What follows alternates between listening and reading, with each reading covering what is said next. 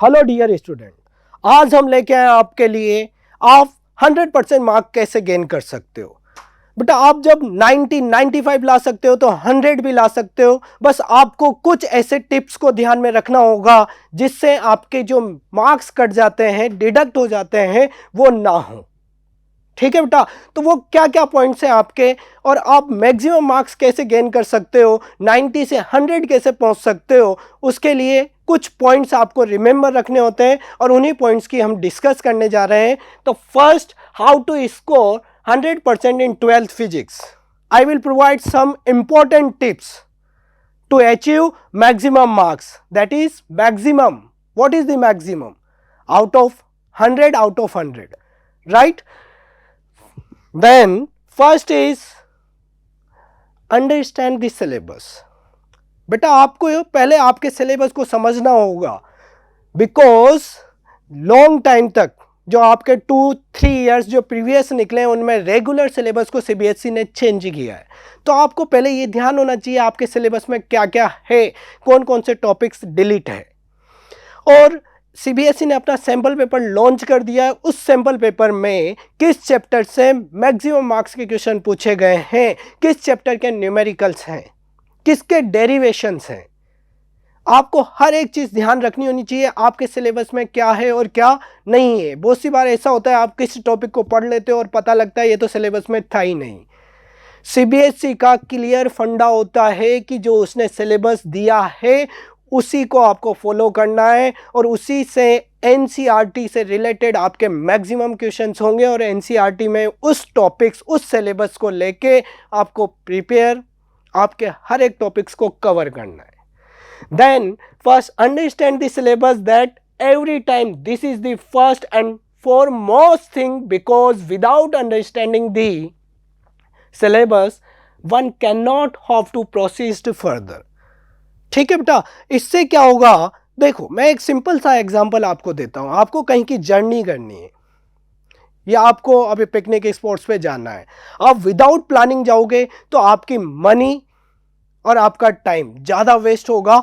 और आप उसकी पहले से प्लानिंग कर लोगे कि यहाँ से कौन सी ट्रेन पकड़नी है, वहाँ कहाँ रुकना है, कितने टाइम पे लंच करना है, एक स्पोर्ट्स पे कितना टाइम स्पेंड करना है, तो आपकी जो जर्नी है वो क्या होगा, प्रॉपर टाइम मैनेजमेंट के साथ आप पजल नहीं होगे। प्रॉपर टाइम मैनेजमेंट के साथ आपकी जर्नी का ज़्यादा आपको मनोरंजन प्राप्त होगा, एंटरटेनमेंट ज़्यादा कर पाओगे। अदरवाइज आप ज़्यादा पजल्ड हो जाओगे जब प्रॉपर टाइम या पहले से प्लानिंग करके नहीं चलोगे। तो आपको पहले से ही सिलेबस के बारे में पता होना चाहिए कि कौन कौन से टॉपिक्स आपके सिलेबस में है।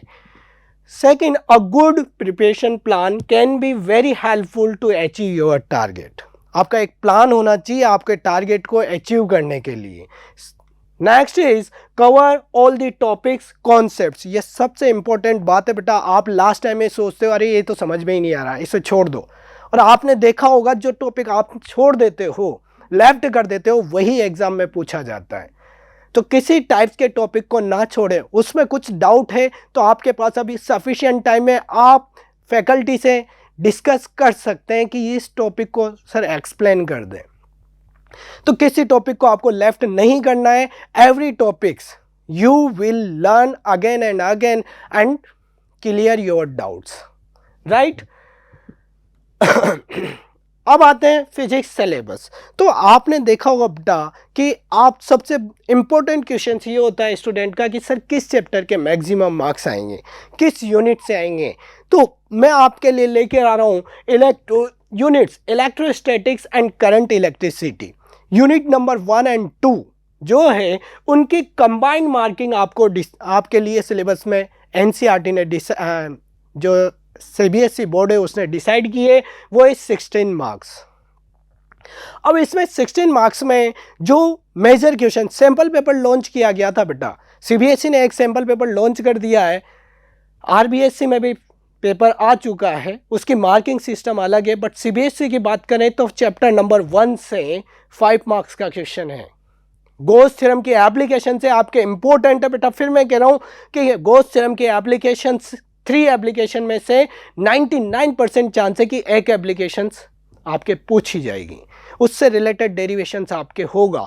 और वो एप्लीकेशंस क्या क्या है, एक तो ये स्पेरिकल कंडक्टर्स जिसको अभी सैम्पल पेपर में भी पूछा गया था, एक है स्पेरिकल कंडक्टर के साथ साथ नेक्स्ट है thin sheet, non conducting thin sheet से आप इलेक्ट्रिक फील्ड फाइंड करते हैं, और एक है वायर। बेटा यहाँ से क्वेश्चन नहीं होगा तो इस चैप्टर में मेजर क्वेश्चन जो होगा वो इलेक्ट्रिक डाइपोल से रिलेटेड हो सकता है, जिस पे एक्सिस पे और इक्वेटोरियल पे आप इलेक्ट्रिक फील्ड फाइंड करते हो। ठीक है, तो ये वो टॉपिक्स हैं जहाँ से आप मेजर क्वेश्चंस फाइंड कर सकते हो। सेकंड चैप्टर्स की बात करें तो वहाँ पैरेलल प्लेट कैपेसिटर से रिलेटेड जो डेरिवेशन है पैरेलल प्लेट कैपेसिटर, उसके लिए फाइंड करते हैं। एक है आपके पास पैरेलल प्लेट्स के बीच में आप डाइलेक्ट्रिक मीडियम फुलफिल कर सकते हो, पार्सली फुलफिल कर सकते हो, तो वहाँ से भी डेरिवेशंस हो सकते हैं, बट वो 3 मार्क्स में होता है। ठीक है, और चैप्टर करंट इलेक्ट्रिसिटी की बात करें तो यहाँ से भी मेजर क्वेश्चंस है। जो 5 मार्क्स वाले क्वेश्चन है वो आपके और में है, यानी कि ऑप्शंस आपको प्रोवाइड है, तो ऑप्शंस में वहाँ करंट इलेक्ट्रिसिटी से रिलेटेड क्वेश्चंस है। और मेरी बात मानो तो इस बार पैरेलल और सीरीज कॉम्बिनेशन जो है, series and parallel combination of the cell, वहाँ से क्वेश्चंस हो सकता है। मैं भी पॉसिबिलिटी 99.99% है। मैं तो ये कहूँगा कि यदि इन चैप्टर से मेजर क्वेश्चंस आता है तो जो मैंने टॉपिक्स बोले उन्हीं से क्वेश्चंस होगा। आपको रेगुलर इन टॉपिक्स की प्रैक्टिस करनी है। Parallel series and parallel combination of the cell, वहाँ से, या फिर इधर गॉस थ्योरम जो है, या इलेक्ट्रिक डाइपोल्स, यहाँ से 5 मार्क्स का क्वेश्चन होगा। इन टॉपिक्स को बिल्कुल छोड़ना ही नहीं है। और ये 5 मार्क्स के क्वेश्चन होने का मतलब क्या हुआ बेटा, आपको प्रॉपर डायग्राम बनाना है, उससे रिलेटेड डेरिवेशन की एक एक स्टेप फॉलो करनी है। ऐसा नहीं है बेटा कि 5 मार्क्स का क्वेश्चन से आप डायरेक्ट डायग्राम बना रहे हो, डायग्राम पे नेमिंग करी नहीं है। आपको डायग्राम, प्रॉपर डायग्राम होना चाहिए, उस पर जो भी आपको नेमिंग करनी है वो करोगे। डेरिवेशन 1 बाय 1 स्टेप्स आप सोल्व करोगे। ग्राफ बनाना है, ग्राफिकल रिप्रेजेंटेशंस करना है तो करोगे। उसके वेक्टर फॉर्म लिखनी है तो लिखोगे, then you will get 5 marks. Otherwise examiner deduct half marks, 1/4 marks, that is your 100% marks is not possible. So you have sufficient time period to take the papers. आप एग्जाम सेल में, बहुत से बच्चे कहते हैं कि सर 2 आवर्स में मेरा पेपर हो गया था, फिर उनके 100 तो आते ही नहीं है। भाई 2 आवर्स में होने का मतलब क्या है, उनके 100 नंबर आने चाहिए, बट 100 नहीं आते। इसका मतलब उन्होंने पेपर पूरा किया है बट शॉर्ट में किया है, तो नंबर देने वाला एग्जामिनर भी आपको शॉर्ट में ही नंबर देगा। भाई आपके 3 आवर्स का पेपर है तो हो सकता है 5 मिनट्स बिफोर हो जाए। आपको हर एक चीज़ प्रॉपर अरेंजमेंट के साथ लिखनी है। डायग्राम ड्रॉ होगा तो होगा। डायग्राम के साथ आपके डेरिवेशन फिजिक्स में जो सबसे बड़ी प्रॉब्लम होती है स्टूडेंट को कि सर याद ही नहीं रहते, तो उनका ध्यान रखें कि जो जिसकी एप्लीकेशन है वो डेरिवेशन उसी से स्टार्ट होगा। उसके बाद उसमें मैथमेटिकल कैलकुलेशंस होती है जो आपको करनी होती है, और लास्ट जो रिजल्ट है वो तो आपको ऐसे भी न्यूमेरिकल सॉल्व करने के लिए ध्यान रखना होता है। तो इनिशियल कहाँ से होगी, जो जिसकी एप्लीकेशन है, बीच में कैलकुलेशंस होगी, एंड लास्ट फाइनल आपको रिजल्ट याद रखना है, रिमेंबर रखना है, ताकि आप उससे रिलेटेड न्यूमेरिकल आता है तो उसे भी सॉल्व कर सकें। ठीक है बेटा। सेकेंड बात करें magnetic effects of current and magnetism इस और EMI और AC, यानी कि मैग्नेट वाले चैप्टर जिसमें EMI और AC को भी इंक्लूड करते हैं, तो ये टोटल होता है 17 मार्क्स। ठीक है, तो ये यहाँ पे आके अप्रोक्सीमेटली फर्स्ट EMW भी फर्स्ट ही बुक का चैप्टर है, लेकिन यहाँ तक ये देखो मेजर पार्ट्स है वैसे भी बुक्स का। फिर ऑप्टिक्स की और EMW, तो EMW और ऑप्टिक्स के 2 चैप्टर्स है, जिसमें रे ऑप्टिक्स का मैक्सिमम पोर्शन पूछा जाएगा, क्योंकि इस बार वेव ऑप्टिक्स में से क्वेश्चंस जो होंगे वो याद तो जो पहले आते थे बेटा इंटरफेरेंस में सिंगल स्लिट एक्सपेरिमेंट वाला, वो इस बार कम चांसेस है। उसकी जगह वहाँ से न्यूमेरिकल्स होंगे। स्नेल्स लॉ को हाइगन्स ने प्रूव किया था, वहाँ से हो सकता है 3 मार्क्स का क्वेश्चन। तो ऑप्टिक्स में टोटल EMW और ऑप्टिक्स जो है वो 18 मार्क्स में दिया हुआ है, यानी कि देखो बेटा मैक्सिमम वेटेज है इस चैप्टर का। ठीक है, फिर बात करें आपके पास dual nature of radiation and matter atoms and nuclei, that is modern physics. Modern physics है 12 मार्क्स की, जिसमें इजी क्वेश्चंस होंगे, आपके छोटे छोटे क्वेश्चंस होंगे।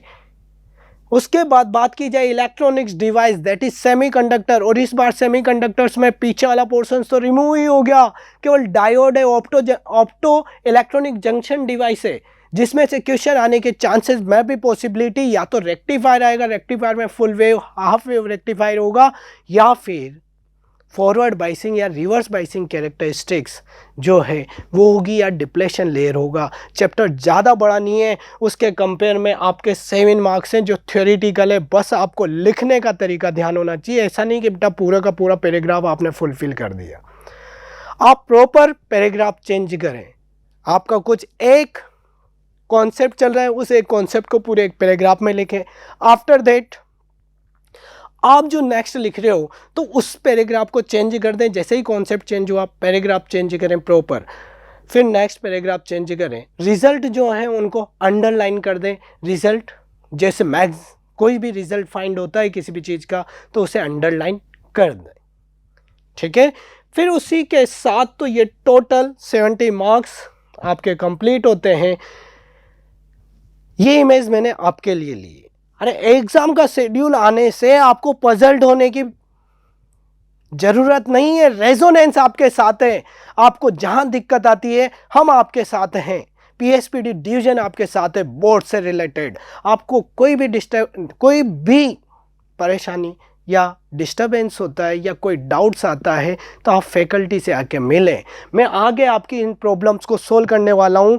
टेंशन ना लें, टेंशन ना लें, चिंता ना करें। चिंता चीता के समान होती है, और उस चिंता करने की जगह आप उससे रिलेटेड जो भी आपके माइंड में चल रहा है उसे पढ़ें, उसको लर्न करें, तो वो आपके जल्दी ही टेंशन खत्म होगी। क्योंकि सोचने में ऐसा लगता है कि चैप्टर बहुत बड़ा है, बट चैप्टर की बात करें तो उसमें कुछ है ही नहीं। छोटे छोटे चैप्टर से बस आपको पढ़ने की ज़रूरत है, लर्न करने की ज़रूरत है। Gate familiar with paper pattern. अब सबसे मेन चीज़ है बेटा कि पेपर कैसा आएगा, क्या आएगा, पहले से आपको सैम्पल पेपर्स करने की ज़रूरत होती है। पेपर के साथ फेमिलियर हो जाना चाहिए कि किस टाइप्स के क्वेश्चन आएंगे। बहुत सारे स्टूडेंट होते हैं कि वो पहली बार ऐसा लगता है कि पेपर देने जा रहे हैं, उन्होंने कोई सैम्पल पेपर ही नहीं देखा है, वहाँ इंस्ट्रक्शन पढ़ने में लग रहे हैं कि इतने क्वेश्चन आएंगे, फिर उनको पता लग रहा है अगला क्वेश्चन थ्योरेटिकल है या 5 मार्क्स का है, 3 मार्क्स का है। तो उसकी प्रैक्टिस पहले से होनी चाहिए कि कितने क्वेश्चंस कौन से होंगे, कितना लिखना है, time management, proper time management कितना होगा, सेक्शन ए में कितना टाइम देना है, सेक्शन बी में कितना टाइम देना है। मैंने कहा ना बेटा, आपकी यदि प्रॉपर प्लानिंग होगी तो आपके 100 मार्क्स लाने से आपको कोई नहीं रोक रहा है। But proper management will be necessary to gain 100% marks, right. Otherwise paper तो सभी करेंगे, सब कहते हैं कि मैंने पूरा पेपर कर दिया, फिर किसी के 90 रह जाते हैं, 92 रह जाते हैं। अरे किसी के 100 भी आते हैं, 100 वाले से कंपेयर करो ना बेटा। 100 वालों को जब कंपेयर करोगे तो आपके भी 100 आ सकते हैं। After understanding the syllabus it's time to get familiar with the exam pattern. Exam pattern के साथ आपको फेमिलियर होना पड़ेगा। द एग्ज़ाम स्कीम, उसमें किस किस टाइप्स के क्वेश्चन हैं, क्या हैं, मैं अभी आगे उनको भी एक्सप्लेन करने वाला हूं। जो सब कुछ यहाँ आएंगे उन सब की अपन बात करेंगे। टाइप्स ऑफ क्वेश्चन आज किस किस टाइप्स के क्वेश्चन होंगे, एमसीक्यू होंगे, आपके ध्यान रखना है। एमसीक्यू है, असर्शन रीजन है, 2 marks, 3 marks, 5 marks, case based question भी हैं। तो एवरी टाइप्स क्वेश्चन है आपके पेपर में, तो आपको सबकी प्रैक्टिस करनी पड़ेगी। मार्किंग स्कीम, किस टाइप्स के मार्किंग, यानी किस क्वेश्चंस की कितनी मार्किंग है, कहाँ आपको ऑप्शंस मिलेगा या नहीं मिलेगा। बहुत सी बार जल्दबाजी में ये होता है बेटा, आप ऊपर वाला क्वेश्चन करते हो, आपको ए पार्ट आता है, बी आता ही नहीं है। आपने नीचे देखा ही नहीं कि उसमें तो ऑप्शंस था कि नीचे वाला पूरा क्वेश्चन आता था। अब आपका टाइम मैनेजमेंट जो है वो बिगड़ जाता है। यदि आप पहले वाला करते हो, फिर नीचे वाला देखा ये तो आता ही नहीं था, फिर ध्यान गया कि नीचे भी क्वेश्चन है, तो पहले वाला पूरा कट करके नीचे वाला करने लग जाते हो। अरे पहले ही देख लेते कि किस क्वेश्चन में ऑप्शंस मिलेगा, अप्रोक्सीमेटली जो सीबीएसई है वो सैम्पल पेपर पे ही आपका 99.99% है कि सैम्पल पेपर पे ही आपका क्वेश्चन पेपर होगा। जिस क्वेश्चन में यहाँ पे ऑप्शंस में क्वेश्चंस दिया हुआ है ऑप्शनल है, वहाँ पे भी उसी क्वेश्चन नंबर पे आपको ऑप्शनल मिलेगा। 99.99% है। तो आपको पहले से ही कुछ सैंपल पेपर लगाने होंगे। और अपनी जो रेजोनेंस पीएसपीडी बोर्ड डिवीजन है, इन्होंने सीबीएसई पैटर्न पे ही एक टेस्ट सीरीज लॉन्च कर रखी है। उस टेस्ट सीरीज को आप जरूर ज्वाइन करें, उससे आपको खुद को एनालिसिस होगा कि कितना आपने पढ़ रखा है। आप बातें करते हो कि सर मैंने सब कुछ पढ़ रखा है, लेकिन अरे बोर्ड में लिखोगे कैसे, आंसर नंबर कैसे लिखना है, डायग्राम कैसे ड्रॉ करोगे, आप खुद को एनालिसिस कैसे करोगे। तो आप रेजोनेंस की जो पीएसपीडी डिवीजन है उसकी एक टेस्ट सीरीज है बोर्ड पैटर्न पे, उसे ज़रूर ज्वाइन करें और उन पेपर्स को सॉल्व करवाएं और पेपर दें प्रॉपर टाइम मैनेजमेंट के साथ। आपके 100% मार्क्स आने से आपको कोई नहीं रोक सकता। The number of question asked, how many numbers of questions will be asked in examinations. It would be better to go through the CBSE 12th questions paper to know the difficulty level and exact paper pattern. Difficulty level क्या होगा, आपको किस question में कितना सोचना होगा, हर एक चीज़ को मैं आपके लिए लेकर आया हूँ। देखिए आपके पैटर्न में टोटल नंबर ऑफ क्वेश्चंस कितने होंगे आपके 35। अब सुनने में ऐसा लगता है सर 35 क्वेश्चंस, अरे 35 में से 18 क्वेश्चंस तो एमसीक्यू है, जिसमें से 15 एमसीक्यू और 3 असर्शन रीजन है, तो 18 क्वेश्चंस तो ऐसे ही हो गए बेटा। 35 आपको क्वांटिटी लगती है नो डाउट, बट 18 क्वेश्चंस तो एमसीक्यू है जहां आपको टिक करना है। मानता हूं कुछ क्वेश्चंस न्यूमेरिकल पर्पस पे भी होंगे, कुछ कॉन्सेप्चुअल होंगे, कुछ आपको सोल्व करके कैलकुलेशन के थ्रू फाइंड करना होगा, टाइम लगेगा, बट ऐसा नहीं कि आपको कॉपी में बहुत ज़्यादा लिखना है। स्टार्टिंग 20 मिनट्स में आप इन 18 क्वेश्चंस को कर सकते हो। तो आपके पास एक प्रॉपर टाइम मैनेजमेंट होना है कि सेक्शन ए में जो 15 + 3 असर्शन रीजन है, जो 1 मार्क्स वाले क्वेश्चन है, इसमें आपको कितना टाइम देना है आपकी एबिलिटी के अकॉर्डिंग। फिर सेक्शन बी में शॉर्ट आंसर है, 2 मार्क्स के क्वेश्चन हैं, ऐसा नहीं है 2 मार्क्स में आप एक एक पेज लिख रहे हो। पॉइंट टू पॉइंट बात करनी होगी, जो भी पूछा है उससे रिलेटेड, क्योंकि 2 मार्क्स में ऐसा नहीं है कि हाफ पेज 6-7 लाइन्स पे आंसर दे रहे हो, पॉइंट टू पॉइंट बात होगी यहाँ पे। और 5 क्वेश्चन से आपके सेक्शन सी में जो 5 क्वेश्चन 3 मार्क्स के हैं, इनमें आपको ज़रूर मैटर लिखना होगा, डायग्राम ड्रॉ करना होगा। फिर बात करें सेक्शन डी, जिसमें 3 लॉन्ग आंसर है, यहाँ पे इन तीनों क्वेश्चंस में आपको ऑप्शनल क्वेश्चंस भी मिलेंगे, यानी कि और में क्वेश्चंस होंगे। एक पार्ट ऊपर वाला होगा, सेकंड पार्ट नीचे की साइड होगा, आपको इनको सॉल्व करना है।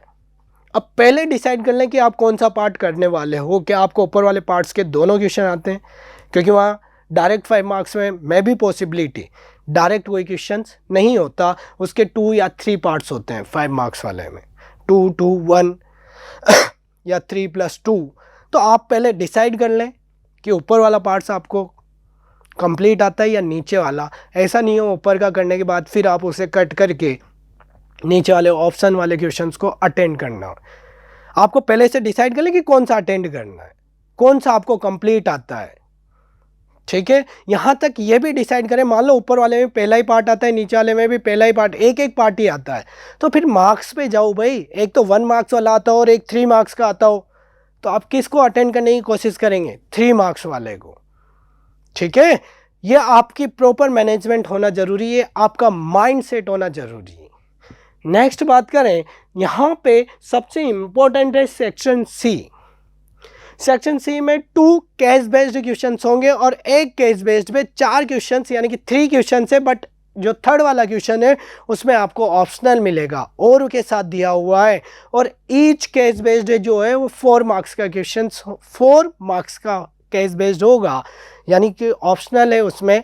थर्ड वाले क्वेश्चंस में 4 क्वेश्चंस होंगे, बट आपको करने 3 ही है, लास्ट वाले में ऑप्शनल प्रोवाइड है। ठीक है बेटा। अब बात करें, ये तो हुआ आपका एग्जाम पैटर्न जिसमें 5 सेक्शन होंगे ABCDE। ठीक, अब बात करें कि सॉल्व करने के लिए कौन कौन से टिप्स आपको नेसेसरी है आगे आपको एक्टिव रखने के लिए। तो the best a level of physics exam paper preparations. First, physics के लिए जो इंपॉर्टेंट है बेटा, improve your basic skills of math. आपकी मैथ की जो बेसिक स्किल्स है वो आपको इंप्रूव करने की ज़रूरत है, क्योंकि फिजिक्स के अंदर बेटा आप बायो वाले स्टूडेंट हो, भाई मैथ वाले के लिए ज़्यादा प्रॉब्लम नहीं है, बट बायो वाले स्टूडेंट के लिए अपने फिजिक्स में कहीं ना कहीं integrations, differentiation, trigonometrical formulas, sine 90, sine 60, sine 30 इन वैल्यूज़ का यूज़ हो सकता है। तो आपको क्या करना होगा, improve your basic skills of math to solve the numerical problems. Usually this problems are simple but are given in a different manner, so do not get affected while reading the long numerical problems। आप ऐसा ना समझे, कई बार ऐसा होता है numericals की जो लैंग्वेज है वो हो सकता है लॉन्ग हो, बट कहते हैं ना खोदा पहाड़ निकली चुईया, एक डायलॉग है अपने, खोदा पहाड़ निकली चुईया। हो सकता है क्वेश्चन इतना बड़ा हो और आंसर जब फाइंड कर रहे हो तो मैथ विद इन 1 मिनट उसका सॉल्यूशन आ जाए, डायरेक्ट फॉर्मूला लगाया, वैल्यू पुट की और आंसर आ जाएगा। तो ऐसा कभी ना सोचे कि लैंग्वेज इतनी, क्वेश्चंस की लैंग्वेज बहुत बड़ी दी हुई है उसको छोड़ दें, ऐसा ना करें, उसके साथ उसको सॉल्व करने की कोशिश करें, ट्राई करें। Next, do not forget to practise sample papers. ये जरूर ध्यान रखें बेटा, आपको एटलीस्ट 5 सैम्पल पेपर्स लगाने होंगे ईच सब्जेक्ट, और फिजिक्स में तो लगाने की ज़रूरत है क्योंकि आपको बहुत सी बार ऐसा लगता है कि ये टॉपिक्स अरे ये तो कुछ भी नहीं है, इसमें से कहाँ से क्वेश्चन आएगा, और उसमें से ऐसे क्वेश्चंस आते हैं कि आप खुद सोचने लग जाते हो अरे ये भी पूछा जा सकता है क्या। तो मैं आपको सजेस्ट करता हूँ कि एटलीस्ट 5 सैम्पल पेपर्स ज़रूर लगाएं, और आप कहीं जाने की ज़रूरत नहीं है, हमारे रेजोनेंस PSPD ने ही SRP एक कोर्स है जिसमें आपको एवरीथिंग प्रोवाइड किया हुआ है, एवरीथिंग दैट इज़, आपको लेक्चर्स कहीं डाउट आ जाते हैं तो उसमें लेक्चर्स, वीडियो लेक्चर्स प्रोवाइडेड हैं, टेस्ट पेपर हैं ईच चैप्टर्स के, फिर फुल सिलेबस के हैं, उसके आपको आंसर की मिलेगी। यही नहीं, आप फैकल्टी से डायरेक्ट कांटेक्ट कर सकते हो डाउट के लिए, आप डाउट पूछ सकते हो हर फैकल्टी से कि इस क्वेश्चंस में क्या होगा, या ये चैप्टर्स सर एक बार मेरे को डाउट जो है वो आप उनसे डिस्कस कर सकते हैं। And previous years papers, they will give you a clear idea about how to approach the topics and also about time management. Derivation should include small introductions, all mathematical steps and the final result. Next, you can prepare short notes. बेटा मैं ये मानता हूँ कि आप जब पढ़ने बैठो तो अपने खुद के लिखे हुए शॉर्ट नोट्स आप ज़रूर बनाएं। हो सकता है उसमें किसी डेरिवेशन से रिलेटेड आपने कोई ट्रिक लिखी है या कोई न्यूमेरिकल है तो उसका फॉर्मूला आपने लर्न किया है, तो you will made a short notes, your short notes, किसी और से ना लें क्योंकि और का लिखा हुआ उसी को समझ में आता है। मैं मानता हूँ कि खुद के बने हुए शॉर्ट नोट्स आपके लास्ट टाइम में कहते हैं ना रामबाण साबित होंगे। आपको लगेगा इतना बड़ा चैप्टर, अरे जब शॉर्ट नोट्स बनाओगे अरे ये तो कुछ नहीं है, छोटा सा चैप्टर है, तो शॉर्ट नोट्स ज़रूर बनाएं बेटा। Improve derivation, practice diagrams, circuit diagrams, आपके कुछ ऐसे डायग्राम्स हैं जिनको आप ड्रॉ कर के देख लें, graphs with proper labelling, right. Next is marks can be deducted even for small errors of SI units. ध्यान रखना, न्यूमेरिकल करते समय आपको यूनिट्स पे ज़रूर ध्यान दें। हो सकता है कुछ SI और कुछ CGS हो, तो SI या CGS unit converts into SI units. आपको ध्यान रखना होगा, बहुत सी बार आप न्यूमेरिकल करते करते ऐसा लगता है कि आपने पूरा कर दिया, पता लगता है यूनिट कन्वर्ट करना ही भूल गए। तो वो हो सकता है आपको 100 की जगह 95 पे अटका दे, और आपको 100 नंबर लाने हैं तो इन छोटी छोटी चीज़ों पे भी ध्यान देना होगा। ध्यान रखें, यूनिट ऐसा यूनिट ध्यान रहे कन्वर्ट होगी वहाँ पे किसी ना किसी न्यूमेरिकल्स में। Other details, so be careful and attentive while solving the papers. Time management in solving the physics paper is another important task to practice, and under the pressure of the less time you will not be able to solve even simple and easy problems. So keep your pace from the beginning. आपको starting से ही आपका proper time management होगा तो आपको ऐसा नहीं लगेगा कि टाइम लास्ट में आते आते कम रह गया या बहुत टाइम बच गया। आपका प्रॉपर टाइम मैनेजमेंट होना चाहिए कि इस सेक्शन में कितना टाइम आपको देना है। ठीक है बेटा, स्टे पॉजिटिव। लास्ट टाइम में आप पॉजिटिव रहो। ऐसा नहीं है कि पेपर, अरे सबके साथ पेपर देना है। मेंस में मानता हूँ आपका मेंस बीच में आ गया है, लेकिन इससे घबराने की ज़रूरत नहीं है। यही आपको और ज़्यादा स्ट्रॉन्ग करेंगे। जो पेपर्स आएंगे आप मोर एंड मोर रीड करोगे तो यही तो टाइम है जो आपको और ज़्यादा स्ट्रॉन्ग बना देंगे ये पेपर। तो घबराने की ज़रूरत नहीं है। Be stay positive during this entire time leading up to your exams and do some relaxation exercise like jogging, meditations. आपको लग रहा है आप 3 to 4 आवर्स एक ही जगह सिटिंग कर रहे हो, रेगुलर पढ़ रहे हो, तो आप बेटा थोड़ी सी देर 5 to 10 मिनट्स रिलैक्स हो, अपने माइंड को मेडिटेशन करें, आपको बहुत ज़्यादा रिलैक्स में फील होगा। मैं यही बोलूँगा, avoid your gadgets like as mobile phone, laptops. इनसे क्या होता है बेटा, आप 2-3 आवर्स की स्टडी की, अब आपकी आइज़ को रिलैक्स होने की ज़रूरत है और ये आपकी आइज़ को और ज़्यादा पजल्ड कर देते हैं। तो please avoid your laptop phones during examinations. During examination नहीं, अभी से आप इनको अवॉइड करना स्टार्ट कर दें। आप जब 3 to 4 hours regular continue study कर रहे हो तो 10 to 20 मिनट्स आप ब्रेक लें, थोड़ी बहुत जॉगिंग कर लें, एक्सरसाइज कर लें, उससे आपको रिलैक्स फील होगा एंड अगेन आप स्टडी करने बैठ जाए। Play your revisions, do not deviate from it any condition. It will surely during success in coming exams. Make notes मैं पहले ही बता चुका हूँ आपको, नोट्स बनाने होंगे। सेल्फ नोट्स बहुत ज़्यादा ज़रूरी है। Short notes, find out your weak areas. आप अपने वीक एरियाज़ को फाइंड करें और उन पे ज़्यादा मेहनत करें। बहुत से स्टूडेंट वो होते हैं कि जो आते हैं उन्हीं को करते रहते हैं। अरे उन पे तो वो तो आपको आते हैं, आपको ध्यान देने की ज़रूरत कहाँ है? जो आपका वीक एरियाज़ है, जो आपको चैप्टर टफ लगता है उसको अभी से पढ़ना स्टार्ट कर दें, क्योंकि क्वेश्चन उससे भी होंगे। और आपको 100% मार्क्स लाने हैं तो आपको ईच एंड एवरी चैप्टर ही नहीं बेटा, टॉपिक पे भी ध्यान देना होगा।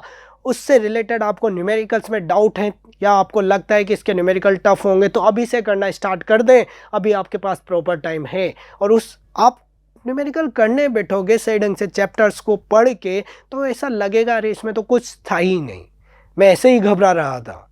तो आपको डरने की ज़रूरत नहीं है, आपको अपने विश्वास को दृढ़ करने की ज़रूरत है। अरे मुझे आता है और मैं कर दिखाऊंगा।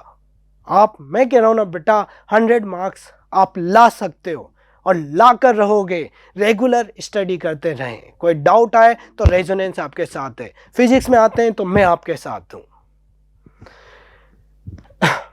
Next, proper time management. पहले ही बोल चुका हूँ आपका प्रॉपर टाइम मैनेजमेंट होना चाहिए, क्योंकि give proper time to each chapter and you can give more time to the concepts और topics you will find difficult. Cover your doubts, आपके जितने डाउट्स हैं उन्हें कवर करें। डाउट्स पे ज़्यादा काम करें, क्योंकि डाउट्स आपको लगता है टॉपिक स्टफ है, आप छोड़ दोगे वही पेपर में आएगा, इसलिए छोड़ना कुछ नहीं है, ध्यान रहे बेटा। Also check the model answer sheet. और जब आपके कंप्लीट प्रैक्टिस हो जाए तो फिर आप 1-2 पेपर जैसे टेस्ट सीरीज ज्वाइन करते हो आप तो, या FST देते हो, सैम्पल पेपर करते हो, तो उससे पहले आइडियल आंसर शीट CBSE की मैंने लिंक भी दिया हुआ है, यहाँ पे जाके आप चेक कर लें कि उन्हें कितना लिखना होता है, उन्होंने कितने लिखे थे कि उनको 100 मार्क्स फाइंड हुए। CBSE लॉन्च करता है हर साल, जिनके 100 मार्क्स आते हैं उनकी ideal copy. Learn from your mistakes, don't ignore them. Important बात है बेटा, लर्न योर मिस्टेक्स। आपके मिस्टेक से आप लर्न करें, उन्हें अवॉइड ना करें कि ये मिस्टेक्स अब हुई है तो अगले पेपर में ये मिस्टेक्स ना हो। पेपर मतलब टेस्ट सीरीज, उन टेस्ट सीरीज पे आपको काम करना है। Try to correct and I practise your mistakes a few times so that you will won't repeat it. Practice and practice as much as you can. Practice makes a man perfect and indeed it's true. आपने भी सुना है, practice जितनी ज़्यादा, practice and again practice, practice and again practice, then after that you will achieve your targets. Right? Practice diagrams, don't forget to label them. फिर मैं कह रहा हूँ डायग्राम्स को लेबल करना ना भूलें। Keep revision every day and you learned yesterday. जो आपने कल पढ़ा है उसका आप टुमारो पहले लर्न करोगे, रिवाइज करोगे 5 to 10 मिनट्स, अदरवाइज वो धीरे धीरे आपका जो पहले पढ़ा हुआ है वो ब्लैंक एरियाज में चला जाएगा। तो डेली जो कल पढ़ा है उसका 10 मिनट्स आप रिवाइज करें फटाफट, फिर नेक्स्ट टॉपिक्स को स्टार्ट कर दें, तभी आप अपने टारगेट को अचीव कर सकते हो। अदरवाइज पेपर देते समय ऐसा लगेगा अरे ये पढ़ा हुआ था, बट वो याद नहीं आएगा। फिर बात करें प्रॉपर डाइट। अभी बेटा ऐसा नहीं है कि आप टेंशन में खाना, बहुत सारे स्टूडेंट खाना ही नहीं खाते, खाने से नींद आती है। अरे प्रॉपर डाइट आपको ज़रूरी है। आपकी हेल्थ सही होगी तो आपको वहाँ पेपर करते समय आलस नहीं आएंगे, आपकी बॉडी एक्टिव रहनी चाहिए, आपको एनर्जेटिक बॉडीज़ होगी तो आपको पेपर्स वगैरह में ज़्यादा हेल्पफुल होगी। तो डाइट प्रॉपर लें, ज़्यादा ऑयली वगैरह चीज़ ना लें, लिक्विड की फॉर्म में लें, बट डाइट आपकी प्रॉपर होनी चाहिए, क्योंकि हेल्थ आपकी बेटर होगी तो आपके एग्ज़ाम में आपके 100 मार्क्स लाने से कोई नहीं रोक रहा है। Stay away from the distraction like social medias. आप सोशल मीडिया पे ध्यान ना दें at present, at least, because Covid की भी बहुत सारों की खबरें चल रही है, कोविड। तो ऐसा ना समझे कि कोविड आ जाएगा या पेपर होगा या नहीं होगा, ये उनकी टेंशन है। आपकी टेंशन केवल इतनी है कि आपको पढ़ाई पे ध्यान देना है, पढ़ाई करनी है, जो भी होगा सबके साथ होगा। तो आप रेगुलर अपनी स्टडी को फोकस करें, ठीक है बेटा। इसी के साथ मैं आपसे बोलूँगा good luck for your exams.